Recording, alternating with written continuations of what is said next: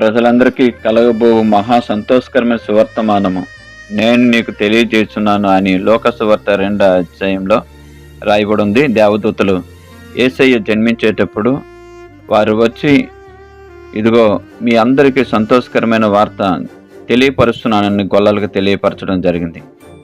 ఈ సువార్త ప్రజలందరికీ సంతోషకరమైనది, ఆనందకరమైనది. ఎందుకోసం అంటే వారి పాపం నుంచి విడుదలవుతూ, అలాగే అనారోగ్య బలహీనతల నుంచి విడుదలవుతూ, పేదరికం నుంచి, కష్టాల నుంచి, బాధల నుంచి విడుదలయ్యే గొప్ప శుభకరమైన దినంగా యేసయ్య జన్మించే దినంగా మార్చబడ్డది.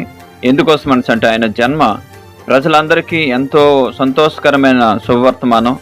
డాక్టర్లు బాగు చేయనటువంటి వ్యాధుల్ని, పేదరికం నుంచి విడుదల చేయలేని పరిస్థితుల్లో ఆ పేదరికం నుంచి విడుదలయ్యే గొప్ప భాగ్యాన్ని ఆ దేవుడి బట్టి జరిగింది కనుక మనం అందరం కూడా సంతోషించాలి. దేవుడు మిమ్మల్ని అందరిని కూడా దీవించి ఆశీర్వదించును గాక.